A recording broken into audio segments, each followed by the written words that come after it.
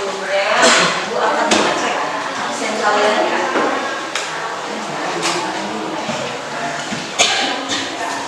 Hari ini yang tidak hadir siapa? Muhammad Saiful. Kenapa Muhammad Saiful? Sepertinya dari hari kemarin ini ya, sisa kita. Mudah-mudahan Muhammad Saiful ini segera diberikan kesembuhan oleh Allah ya. Agar bisa berkumpul lagi bersama kita di kelas. Iya. Nah, ada yang masih ingat tidak tentang tugas yang kemarin harus kalian kerjakan? Tugas apa yang harus kalian kerjakan kemarin? Pembuatan artikel. Oke. Jadi hari ini yaitu kalian mempresentasikan tentang tugas kalian ya, yang sudah kalian selesaikan kemarin. Nah, sebelum kita benar-benar memulai tentang pembelajaran hari ini, Ibu sebelumnya ada SBQ terlebih dahulu ya. Oke, masih ingat tidak SBQ yang kemarin? Masih. Kita menggunakan SBQ yang kemarin lagi, yaitu apa? Pucuk umur. Kalau misalnya Ibu bilang pucuk umur bilang satu, kalian bilang satu. Tapi kalau Ibu tidak bilang pucuk umur, berarti kalian jangan mengikuti Ibu ya. Oke. Bisa kita mulai? Bisa. Pucuk umur bilang 5. 6. Ayo, masih ada yang belum konsentrasi tuh Hilma. Oke Hilma, gimana tugasnya sudah selesai? Sudah. Pembuatan apa kemarin? Pembuatan artikel. Aduh, kenapa ini Hilmanya? Apakah Hilma belum sarapan? Belum. Kenapa ini belum sarapan? Kalau belum sarapan ini nanti kalian terlihat loyo di kelas ya, tidak bersemangat. Karena kalian hari ini harus mempresentasikan tentang tugas yang sudah kalian buat atau yang sudah kalian kerjakan di rumah ya. Kan kemarin kalian sudah membuat tugas di sekolah, kemudian kalian melanjutkannya di rumah ya. Oke, baik. Kita melanjutkan ke inti pembelajaran kita hari ini ya. Oke, untuk tugasnya, tugas pembuatan artikel, silahkan kalian cek dulu tugas artikel kalian. Kelompok 1, silahkan kalian cek dulu artikelnya. Kelompok 2, silahkan kalian cek terlebih dahulu artikel kalian masih ada kekurangan atau tidak. Kelompok 3, silahkan kalian cek terlebih dahulu artikel yang sudah kalian buat. Kelompok 4, silahkan kalian cek terlebih dahulu artikel yang sudah kalian buat. Oke? Artikelnya sudah lengkap? Sudah selesai? Sudah. Coba Ibu lihat mana nih kelompok 1. Ibu lihat artikelnya terlebih dahulu. Ini tentang potensi dan persebaran sumber daya pertanian di Kabupaten Pandeglang. Oke, baik. Sudah lengkap ya, sudah bersama petanya. Oke. Kelompok 2, silahkan. Ini apa? Potensi sumber daya peternakan. Ada artikelnya tidak? Ada. Ada. Oke, sudah lengkap ya. Kelompok 3, mana kelompok 3? Ini kalian tentang apa? Perikanan. Coba lihat artikelnya. Sudah ada petanya di sini? Sudah. Lengkap ya, sudah ada informasi beserta petanya. Oke, terima. Kelompok 4, kalian tentang apa? Perkebunan. Oke, ini artikel yang sudah kalian buat ya. Ibu sudah bersama petanya. Oke, sudah lengkap. Nah, Ibu lihat proyek atau produk artikel kalian itu sudah lengkap ya. Berarti kalian sudah siap untuk berpresentasi hari ini ya, sesuai dengan kesepakatan kita. Pada pertemuan selanjutnya atau hari ini kalian mempresentasikan tentang produk atau artikel yang sudah kalian buat. Oke. Kelompok 1 mana kelompok 1? Nah, silakan kalian nanti ke depan untuk mempresentasikan produk yang sudah kalian buat. Oke, hanya 4 orang saja yang perlu ke depan ya. Dan untuk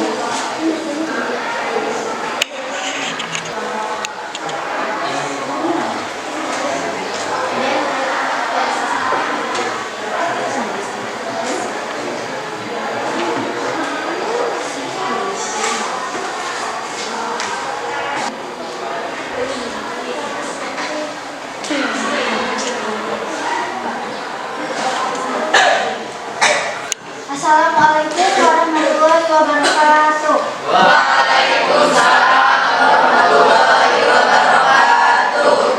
Baik, jadi kami di sini akan mempresentasikan artikel yang telah kami buat, yaitu mengenai potensi dan persebaran sumber daya pertanian di Kabupaten Pandeglang.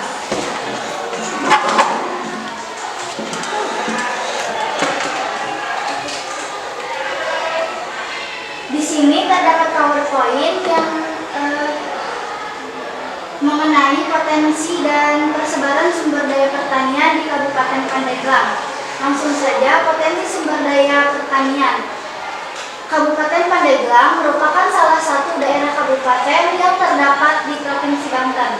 Secara geologi, wilayah Kabupaten Pandeglang termasuk ke dalam zona Bogor yang merupakan jalur perbukitan. Sedangkan jika dilihat dari topografi, daerah Kabupaten Pandeglang memiliki variasi ketinggian antara 0 sampai 1778 mdpl atau meter di atas permukaan laut. Kabupaten Pandeglang terkenal dengan potensi sumber daya alam yang mencakup tinggi potensi pertanian di Kabupaten Pandeglang, diantaranya yaitu padi, terdiri dari padi sawah dan ladang, palawija yang terdiri dari jagung, kedelai, kacang tanah, kacang hijau, ubi kayu, dan ubi jalar. Untuk produksi padi sawah dan ladang yang tersebar di seluruh kecamatan. Sedangkan untuk palawija terbesar di Kecamatan Sumur, Cimanggu, Cibitung, Cikesik, Cibaliung, Cigelis, Panimbang, Sobang, Angsana, Kaduhejo, Menes, Pandeglang, Mekarjaya, dan Keroncong.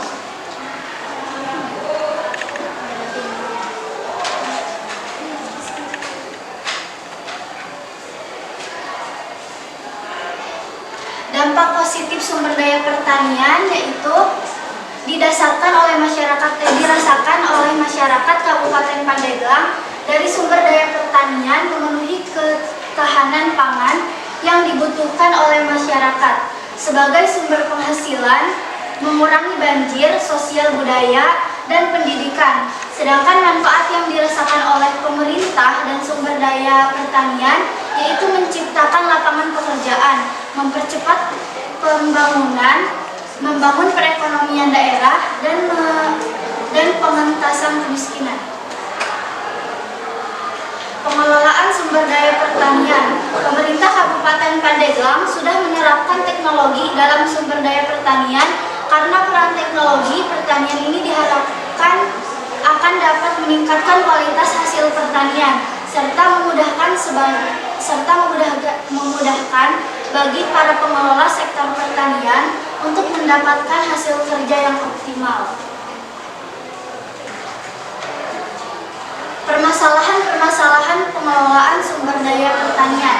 Permasalahan dan pengelolaan sumber daya pertanian umumnya yang dirasakan oleh masyarakat yaitu permasalahan pupuk, mahalnya harga pupuk, dan sulitnya mengakses pupuk bersubsidi untuk kebutuhan pertanian saat memasuki musim tanam adalah soal yang selalu dialami petani setiap musim. Hal ini dikarenakan oknum yang tidak bertanggung jawab yang menimbulkan pupuk dan tidak dibagi kepada masyarakat. Selanjutnya, solusi untuk mengatasi permasalahan dalam pengelolaan sumber daya pertanian. Solusi untuk mengatasi permasalahan dalam pengelolaan sumber daya pertanian di Kabupaten Pandeglang diantaranya masalah pupuk dan bibit yang unggul, yaitu pemerintah daerah harus menyediakan dan mengalokasikan program subsidi atau bantuan pupuk dan bibit yang unggul sebanyak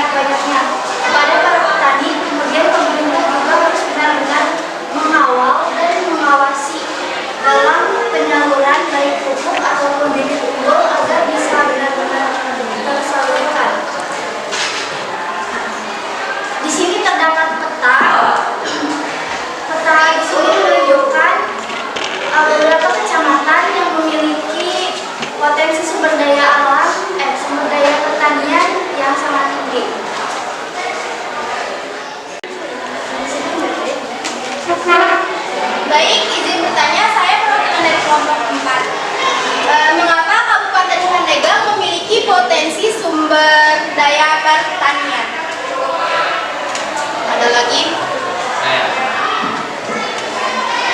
Potensi pertanian paling banyak yang dihasilkan oleh Kabupaten Pandeglang. Oke, terima kasih.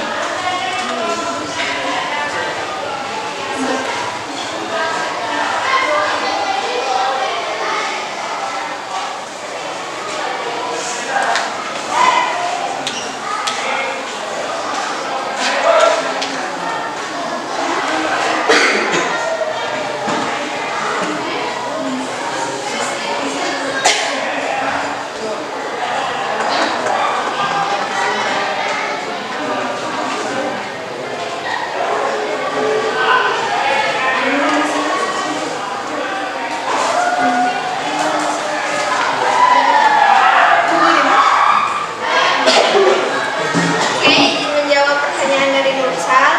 Secara geologi, wilayah Kabupaten Pandeglang termasuk ke dalam zona Bogor yang merupakan jalur perbukitan.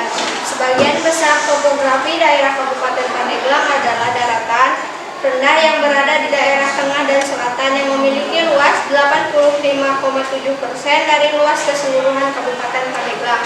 Sedangkan daerah utara sekitar 14,93% dari luas Kabupaten Pandeglang merupakan dataran tinggi. Hal ini yang menyebabkan Pandeglang memiliki sumber daya pertanian. Bagaimana menurut kalian? Cukup? Cukup.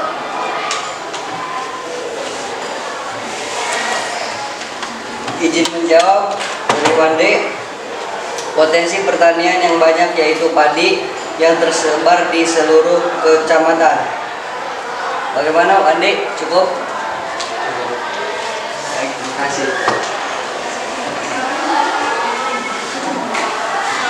Baik, itu saja presentasi dari kami. Kurang lebihnya mohon maaf. Wassalamualaikum warahmatullahi wabarakatuh. Waalaikumsalam warahmatullahi wabarakatuh.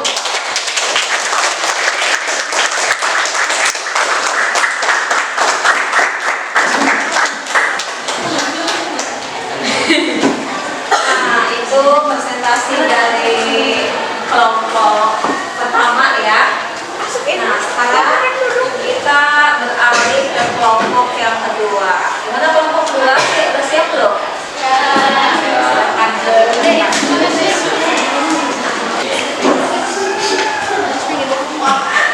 siapa yang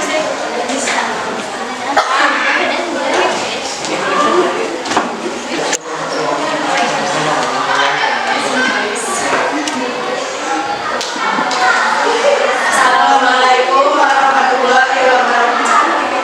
Waalaikumsalam warahmatullahi wabarakatuh.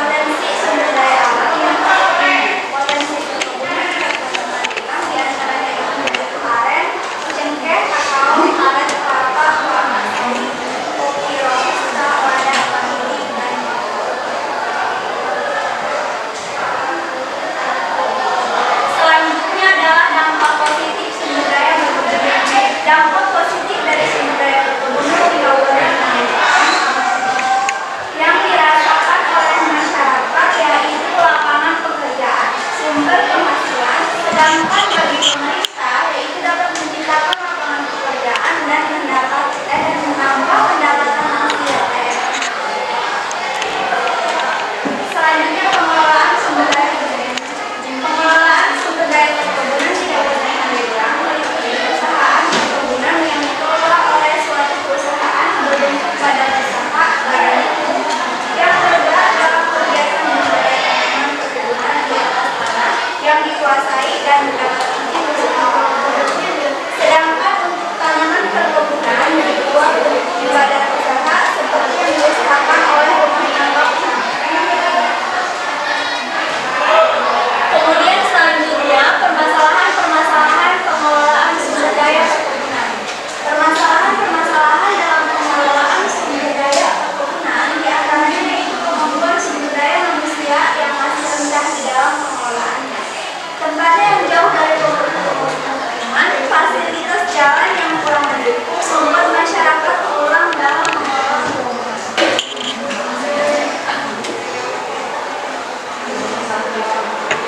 Dan selanjutnya adalah solusi untuk mengatasi permasalahan dalam pengelolaan sumber daya perkebunan. Adapun solusi untuk mengatasi permasalahan dalam pengelolaan sumber daya perkebunan yaitu masyarakat harus meningkatkan kemampuan yang dimilikinya, khususnya dalam mengelola sumber daya alam yang dimiliki, dan pemerintah harus mengajarkan dan meminta masyarakat untuk berpartisipasi dalam pengelolaan sumber daya alam, serta membangun akses jalan yang memadai terutama ke pelosok-pelosok desa. Selanjutnya di sini kami mempunyai peta persebaran potensi sumber daya perkebunan.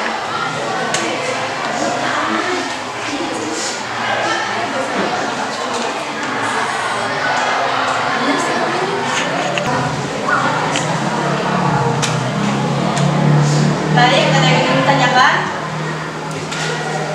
Izin bertanya, apa potensi perkebunan paling banyak yang dihasilkan oleh Kabupaten Pandeglang? Selanjutnya ada lagi? Izin bertanya, apakah Pandeglang sudah bisa memanfaatkan sumber daya perkebunan yang dimilikinya?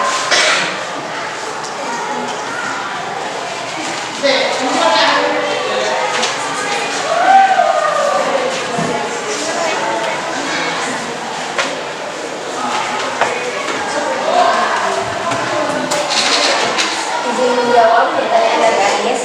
Potensi perkebunan paling banyak yang dihasilkan oleh Kabupaten Pandeglang yaitu kelapa, kopi, dan cengkeh. Bagaimana cukup?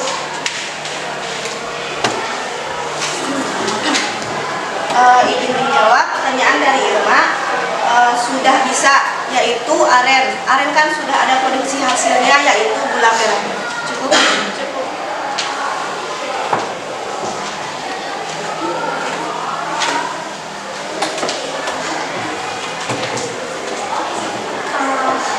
Baik, mungkin itu saja yang dapat kami sampaikan. Kurang lebihnya mohon maaf. Assalamualaikum warahmatullahi wabarakatuh.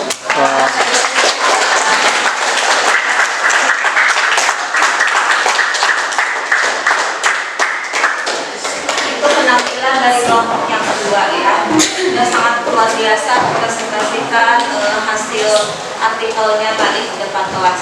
Sekarang kelompok yang ketiga, silakan.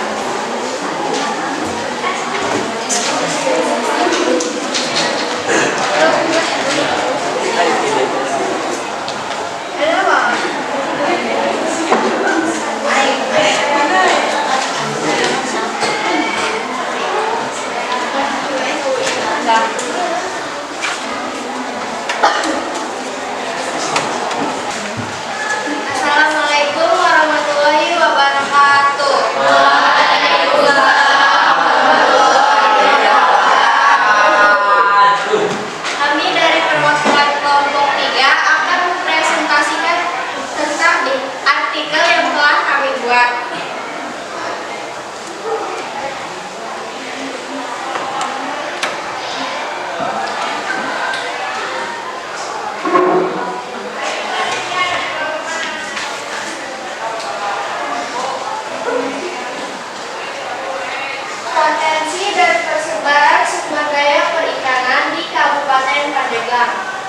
Kabupaten Pandeglang adalah sebuah kabupaten di Provinsi Banten, Indonesia.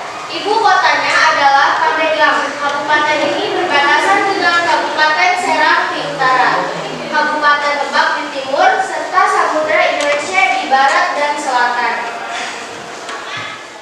Karakteristik utama Kabupaten Pandeglang adalah ketinggian gunung. Gunungnya yang relatif rendah seperti Gunung Payung 480 meter, Gunung Honje 620 meter, Gunung Tilu 562 meter, dan Gunung Raksa 320 meter. Daerah utara memiliki luas 14,93% dari luas Kabupaten Pandeglang yang merupakan dataran tinggi, yang ditandai dengan karakteristik utamanya adalah ketinggian gunung yang relatif tinggi, seperti Gunung Karang 1,778 meter, Gunung Pulau Sari 1,346 meter, dan Gunung Asukan 1,174 meter.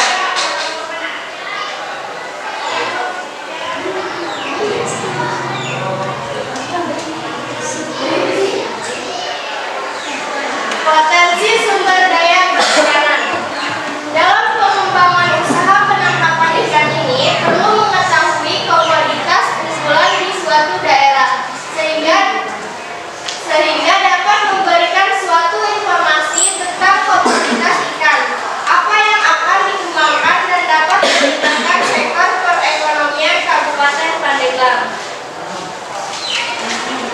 Dalam mengembangkan usaha penangkapan ikan di PPP Labuan dengan melihat komoditas unggulan yang ada dan alat tangkap di daerah tersebut. Persebaran ikan di Kabupaten Pandeglang, tetapi di tempat lain juga ada seperti Carita, Sumur, Palembang, dan Tanjung Lesung. Jumlah produksi perikanan tangkap dalam 1 tahun sebanyak 13,814 ton. Jenis ikan hasil tangkapan nelayan itu manyung, kakap putih, teri, pepelet, ikan asin, belanak, gulama, layur, pari kembang, dan untuk yang non-ikan seperti udang putih, kepiting, rajungan, kerang darah, kerang hijau, dan cumi-cumi.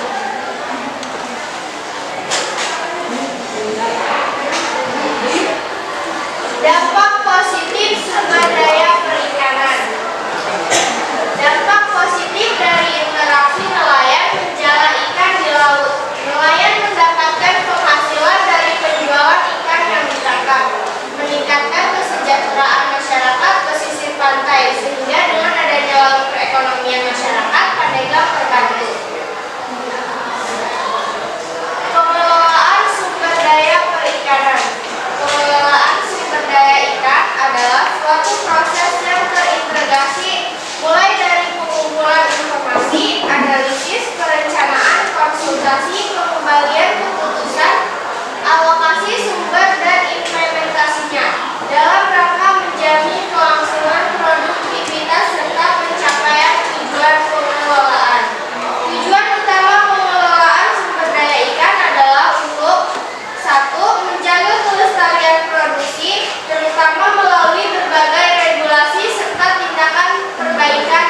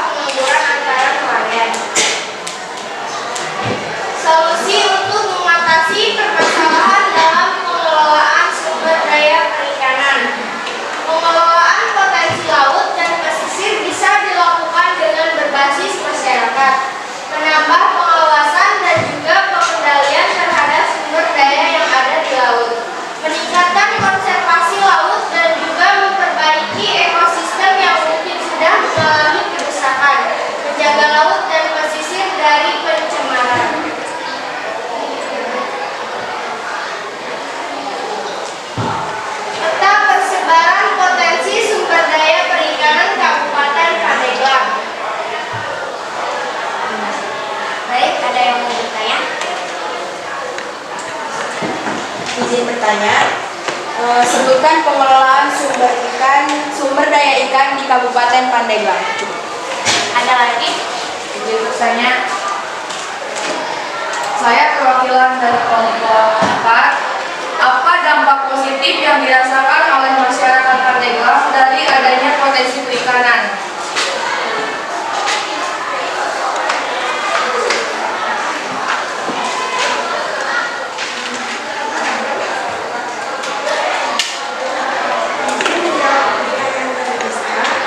Menjaga pelestarian produk dan orientasi pada manusia.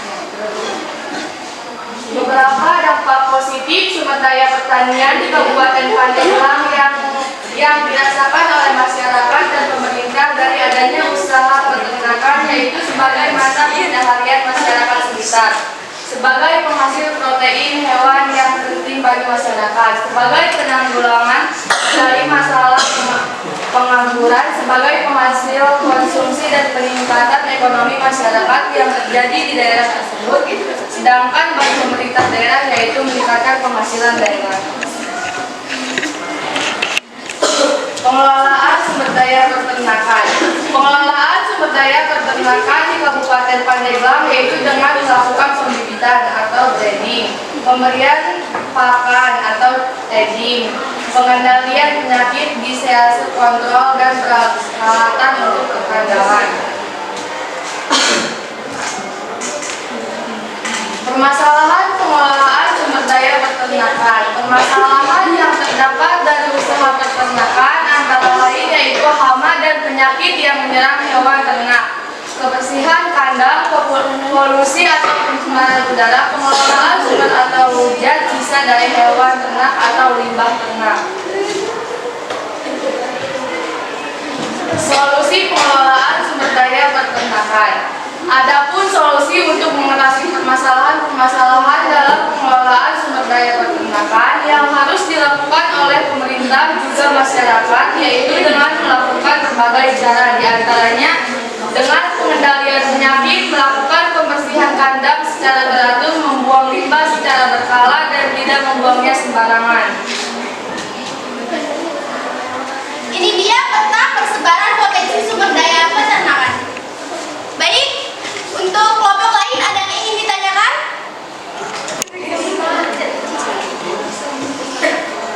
Izin bertanya, apa yang harus dilakukan oleh masyarakat dalam mengelola sumber daya peternakan? Lanjut, ada yang ingin bertanya? Saya perwakilan dari kelompok 2. Apa permasalahan pengelolaan sumber daya peternakan?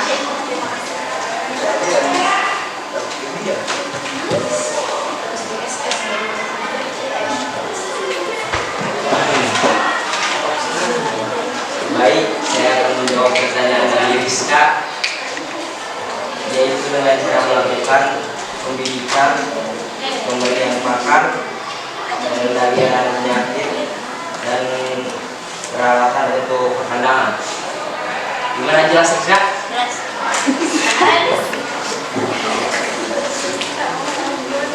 Baik, izin menjawab pertanyaan dari perwakilan kelompok 2. Permasalahan pengelolaan sumber daya peternakan. Permasalahan yang terdapat dari usaha peternakan antara lain yaitu hama dan penyakit yang menyerang hewan peternakan, kebersihan kandang, polusi atau pencemaran udara, pengelolaan sumber daya atau zat sisa dari hewan ternak ataupun limbah ternak. Sudah jelas? Cukup sekian presentasi dari kami. Wabillahi taufiq wal hidayah. Wassalamualaikum warahmatullahi wabarakatuh.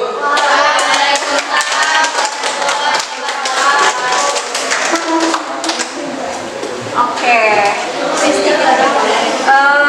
dia presentasi dari kelompok 1 sampai dengan kelompok 4 sudah mempresentasikan hasil produk pembuatan artikelnya di depan kelas ya. Nah, kemudian Ibu melihat perkembangan kalian dalam menyampaikan informasi yang dimana ada sedikit kemajuan. Kalau kemarin itu kalian masih ragu-ragu dalam menyampaikan atau memberikan pendapat kalian, tapi untuk sekarang sepertinya sudah mulai percaya diri. Kemudian yang kedua, kalian kalau kemarin kan presentasinya tidak menggunakan PowerPoint, tapi sekarang menggunakan PowerPoint, berarti sudah ada beberapa peningkatan. Nah, Ibu hanya memberikan masukan terkait kalian diskusi atau presentasi tadi di depan kelas, itu sepertinya harus ditingkatkan lagi ya membacanya, ya kemampuan membacanya harus lebih ditingkatkan kan. lagi. Kemudian ada pun dari proyek yang sudah kalian buat tentang pembuatan artikel itu sepertinya masih terdapat kata-kata yang tidak runut ya, yang diulang, ada kata-kata yang diulang, pengulangan kata-kata, kemudian yang selanjutnya pengembangan dalam kata-katanya itu ide atau misalnya penyampaian pendapat masih belum jelas. Ada sebagian ibu lihat kelompok yang seperti itu ya. Nah, kemudian mohon untuk selanjutnya lebih ditingkatkan lagi ya dalam pembuatan artikel ini. Jadi kalian harus lebih banyak belajar. Oke, baik. Ada lagi yang ditanyakan? Bu, izin bertanya. Ya. Apa hubungannya pertanian dengan ketahanan pangan? Apa hubungannya pertanian dengan ketahanan pangan? Jadi ini ya, ketahanan pangan adalah terpenuhinya sumber pangan bagi manusia. Nah, dalam rangka terpenuhinya ketahanan pangan itu diharuskan atau dihasilkan sumber pangan itu dihasilkan dari apa? Dari petani. Sumber pangan, makanan yang kita makan sehari-hari apa? Nasi itu kan awalnya dari beras. Kegiatan pertanian adalah kegiatan mengelola sumber daya alam. Contoh sumber daya alam tadi yaitu padi kan sumber daya alam yang dikelola dari petani. Jadi ada kaitannya antara ketahanan pangan dengan pertanian. Karena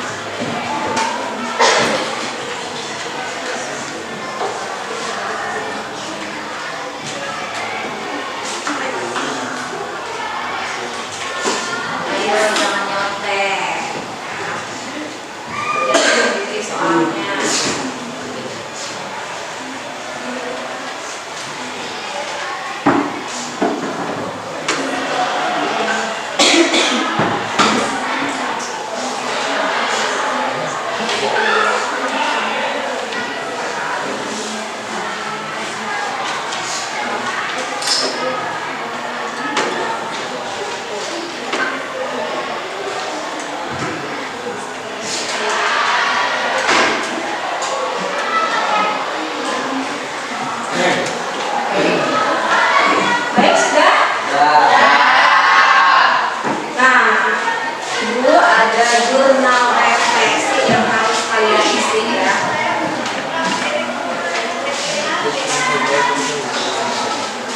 Silakan diisi jurnal refleksinya ya.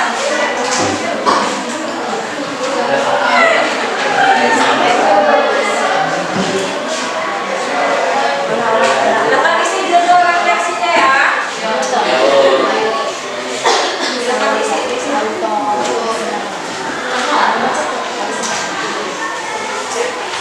Nah, silakan diisi jurnal refleksinya. Silakan diisi, Kak.